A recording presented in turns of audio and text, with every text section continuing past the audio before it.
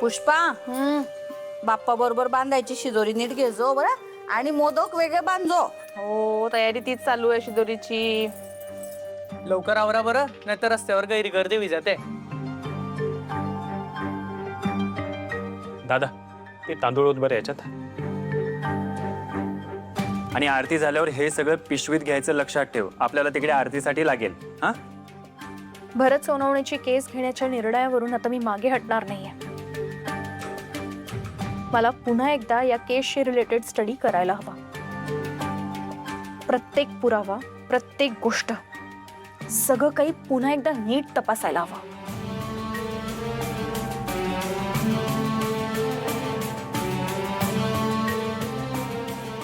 ए पोराओ, लवकर लवकर आवरा ना रे. हो हो, अजित, हर्षित, तेजाताई आणि प्रेरणाताई पण येतील इतक्यात. मला माहित आहे मनोज निर्दोष आहे. त्यांनी जे काही केलंय त्यात त्यांचा हेतू पण चुकीचा नसेल कदाचित. पण गुन्हेगाराला नकळत का होईना मदत करणं पण अपराधच आहे, चुकीचं आहे.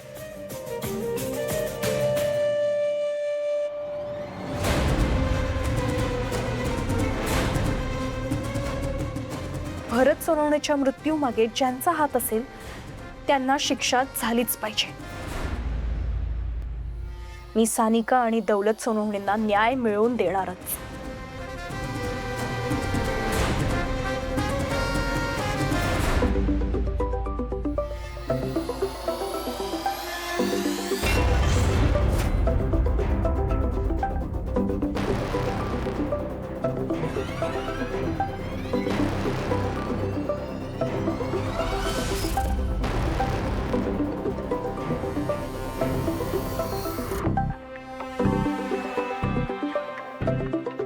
Hello hello hello.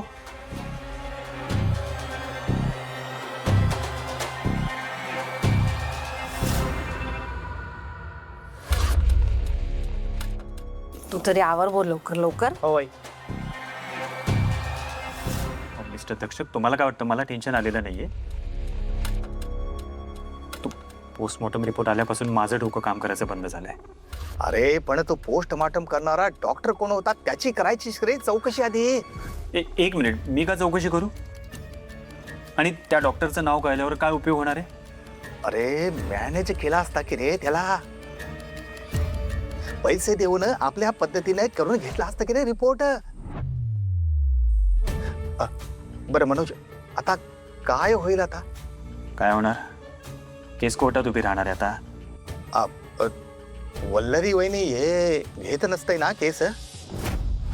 असा जर झाला तर आपल्यासाठी लय अवघड जात असतंय बघ मनोज. नाही नाही, डोंट वरी. वल्लरी ही केस नाही घेणार आहे. नक्की ना? तू बोललेलं असतंयस काय तुझ्या बायको सोबत?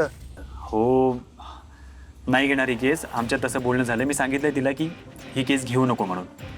अरे पण तुझ्या बायकोला या केसमध्ये जास्तच असते की रे इंटरेस्ट. उद्या जर तिचं मन बदललं तर काय करायचं म्हणतो आपण? नाही, असं काही होणार नाही. आपण एक काम करू, वल्लरीला दुसरी एखादी केस देऊया, म्हणजे त्यात बिझी राहील ती. बघ बाबा मनोज, तुझ्या बायकोनं या केसमध्ये नाही घातला पाहिजे लक्ष. काय सांगतोय मी? हो, मी करतो काहीतरी. ती नाही देणार या केसकडे लक्ष.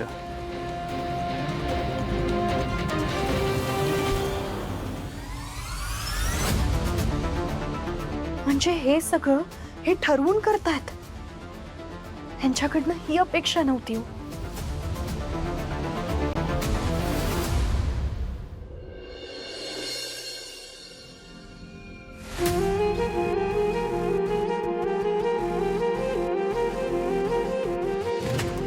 मौसमी केमिकल्स नावाची एक कंपनी आहे जिच्या लायसन्सचं काम मी करतो. काल रात्रीपर्यंत त्यांचं काम जर पूर्ण झालं नसतं तर कंपनीला दंड भरावा लागला असता आणि तो दंड काही लाखांच्या घरात होता. कदाचित कंपनी सील झाली असती आणि त्या कंपनीत काम करणारे अनेक कुटुंब रस्त्यावर आले असते.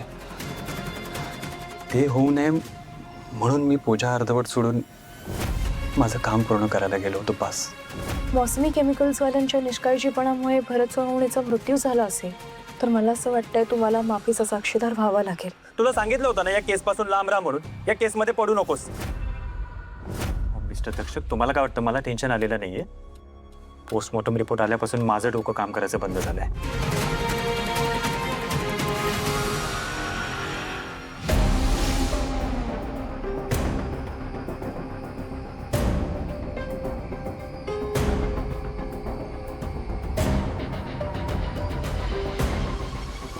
अगं वल्लू, तू इथे काय बसलीयस? मी बाहेर शोधतोय तुला.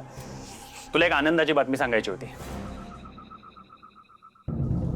वल्लरी मॅम, तुम्हाला तुमची 25वी केस मिळाली आहे. एक बाई आहे, बिचारीची जमीन एका बिल्डरने जबरदस्ती बळकावली आहे आणि तिला तुझ्यासारखी हुशार वकील हवी आहे. So congrats. नाही घेता येणार आहे मला ही केस, कारण मला माझी 25वी केस आधीच मिळाली आहे. क्या बात आहे. तूच मला सरप्राईज दिलंस. बरं चल. विचारणार नाहीत माझी 25वी केस कोणाची आहे? कोणाची? भरत सोनवणे केस.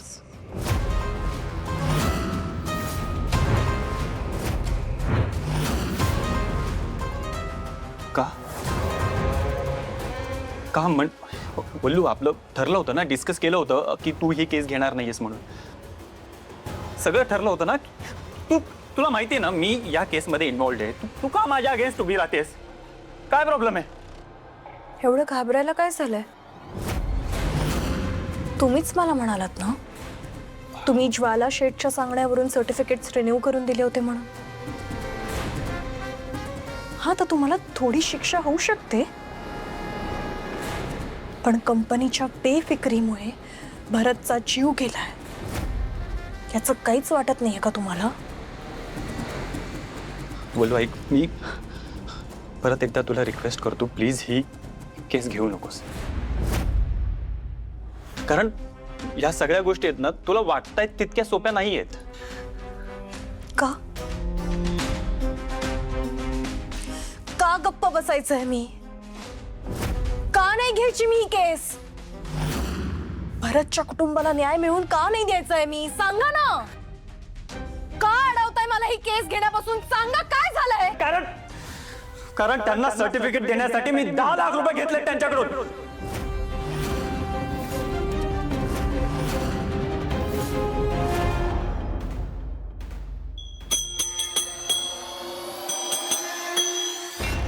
आरतीची सगळी तयारी झाली ना, शिदोरी बी बांधून झाली. हा, इथे मनोज भोजने वल्लरी आतमध्ये काय करते? काय काय बोललात तुम्ही? काय गरज काय होती तुम्हाला पैसे घेण्याची? हो, इतका पैशाचा हव्यास कधीपासून झाला तुम्हाला? हव्यास? तू गरिबांच्या केसेस फ्री मध्ये लढतेस त्याबद्दल तुझं कौतुक आहे वल्लू, पण पैशाचं काय? आयुष्यभर हे असंच चालू राहणार आहे का? आपल्या आयुष्यभराची सेव्हिंग हे घर घेण्यात संपली आहे. फ्युचर प्लॅनिंगचं काय? माझा ना विश्वास बसत नाहीये की हे तुम्ही बोलताय. तुम्ही बदलला तो. हो, बदललोय मी. कारण मला कळलंय की सर्वात जास्त महत्वाचा पैसा आहे. पैशाशिवाय माणूस ताठ मानेने नाही जगू शकत. तुला माहितीये ना आपण किती कष्ट भोगली, परिस्थितीमुळे प्रत्येक गोष्टीत तडजोड केली, पण आता नाही. पैसा म्हणजे देव नाहीये आणि तो कधीच होऊ शकत नाही. श्रीमंतांच्या आयुष्यात सुद्धा दुःख असतातच. आणि ही गोष्ट कायम लक्षात ठेवा, मला माझ्या घरामध्ये अशा प्रकारचा पैसा नकोय.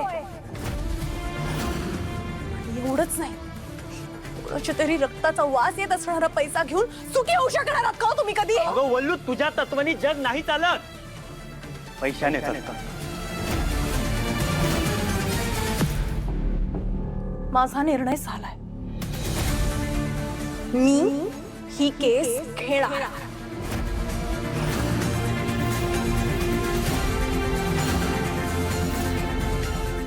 वल्लभाई, मी परत एकदा रिक्वेस्ट करतो, प्लीज ही केस घेऊ नकोस, नाही तर मी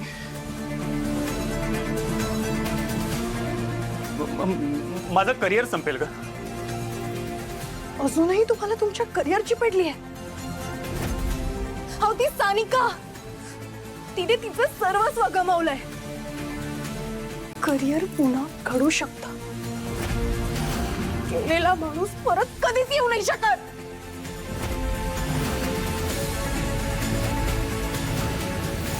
अरे तुम्ही आडी काय करी राहिले? आरती करायची, आरतीची वेळ झालीये, चला बरं पटकन. हो आलो.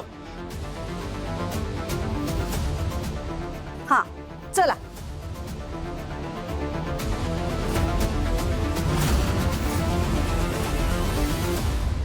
गणपती बाप्पा मंगल मूर्ती.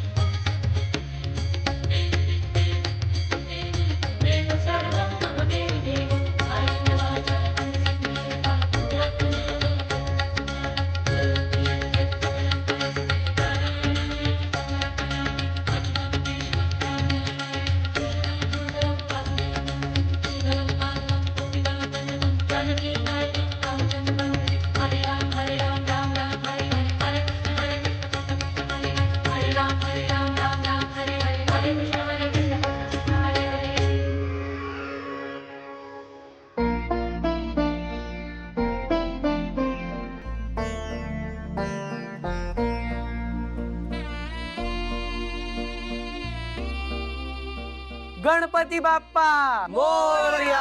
मंगल मूर्ती मोरया. पुढच्या वर्षी लवकर या.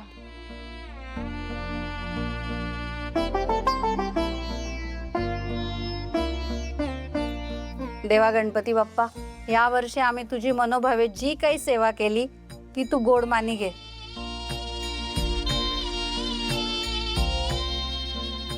आणि पुढच्या वर्षी असाच वाजत गाजत पुन्हा आमच्या घरी ये.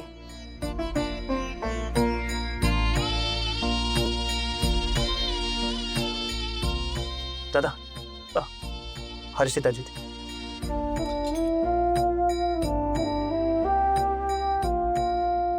गणपती बाप्पा मंगल मूर्ती भरून आलं होतं ना विसर्जन होत असताना.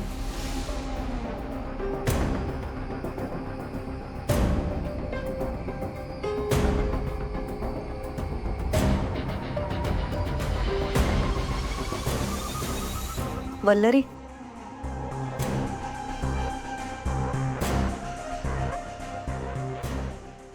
वल्लरी,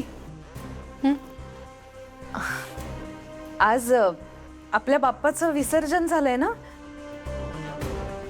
त्यामुळे आजचा दिवस झाडून घेऊ नकोस हं घर. हो.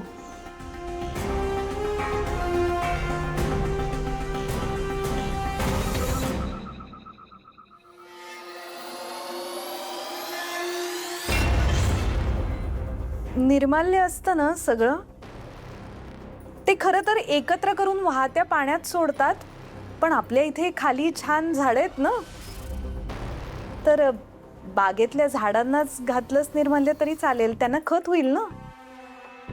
चालेल.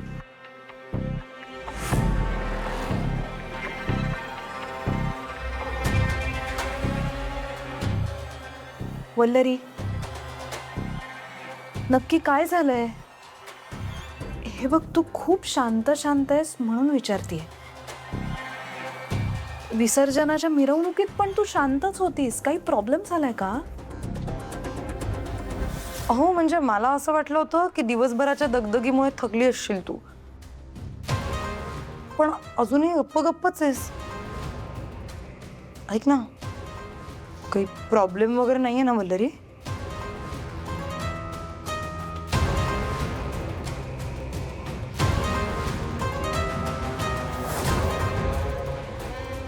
तुम्हाला मी मागच्या वेळेला एका केसबद्दल सांगितलं होतं, ज्यामध्ये हे इन्व्हॉल्ड आहेत, आठवतंय?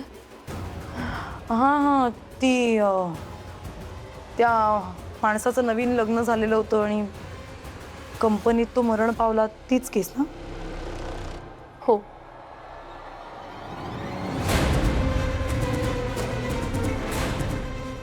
तीच केस. पण मग त्याचं काय? माझं ठरलंय, मी ती केस घेतेय. काय वल्लरी केस घेणार? अरे ती तुझी बायको आहे ना, तिने तुझ्या पाठीशी उभं राहायला हवं. हा यारे, बाहेरच्या प्रॉब्लेममुळे ना नवरा बायको मध्ये काही प्रॉब्लेम नाही होता का मग? हा वल्लरी, अगं काय करायला निघाली आहेस तू? एकदा शांतपणे विचार करून बघ. मनोज भाऊजींनी आजपर्यंत तुझ्यासाठी काय काय केलंय, किती मेहनत घेतलीये, केवढ्या खस्ता खाल्ल्यात, आणि तू तू त्यांच्या विरोधात केस लढणार आहेस? हे बरोबर नाहीये. नाहीतर काय वल्लरी, हे बघ, तू वकील नंतर झालीस, आधी तू मनोजची बायको होतीस, आहेस. प्लीज हे विसरू नकोस, तुमचं फ्युचर तू डेंजरमध्ये टाकतेस. मीही तिला हेच सांगायचा प्रयत्न केला, किती समजावलं, पण तिला समजूनच घ्यायचं नाहीये.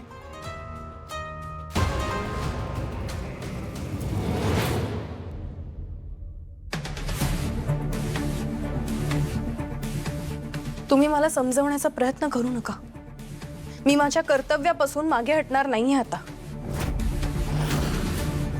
न्याय मिळवून द्यायचा वसा घेतलाय मी, त्याला असं बट्टा नाही लागू देणार. आणि प्रेरणाताई, तुम्हीच काल गणपती बाप्पांची गोष्ट सांगितली होती ना, कसे ते त्यांच्या कर्तव्यापासून कधीच मागे हटत नाही. मीही तेच करणार आहे. वल्लरी, ते देव होते, आपण नाही होत. आणि मुळात तत्व वगैरे सगळं ठीक आहे, पण इथे तुझ्या नवऱ्याचा प्रश्न आहे. एक्झॅक्टली. आपली माणसं इन्व्हॉल्व असताना कसली तत्व, कसलं कर्तव्य? तुझं नातं टिकवणं जास्त महत्वाचं आहे आता वल्लरी. तुम्ही दोघी जणी माझ्या मैत्रिणी आहात ना, मला असं वाटलं होतं तुम्ही मला समजून घ्याल, पण नाही. उलट तुम्ही मलाच थांबायला सांगताय. तुम्ही इतक्या वर्षात मला ओळखलंच नाहीये. मी कशी आहे हे तुम्हाला समजलंच नाहीये अजूनही.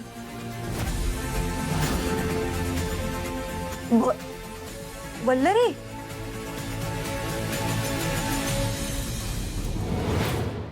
मी ठरवले आता. मी काय तिला आता समजावत बसणार नाही. आणि प्लीज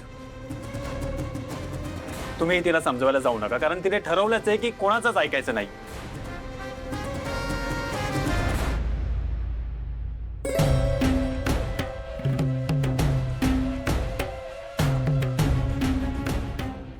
वा, आता तर अजून मजा येणार. मनोज आणि वल्लरीमध्ये अजून भांडण वाढणार.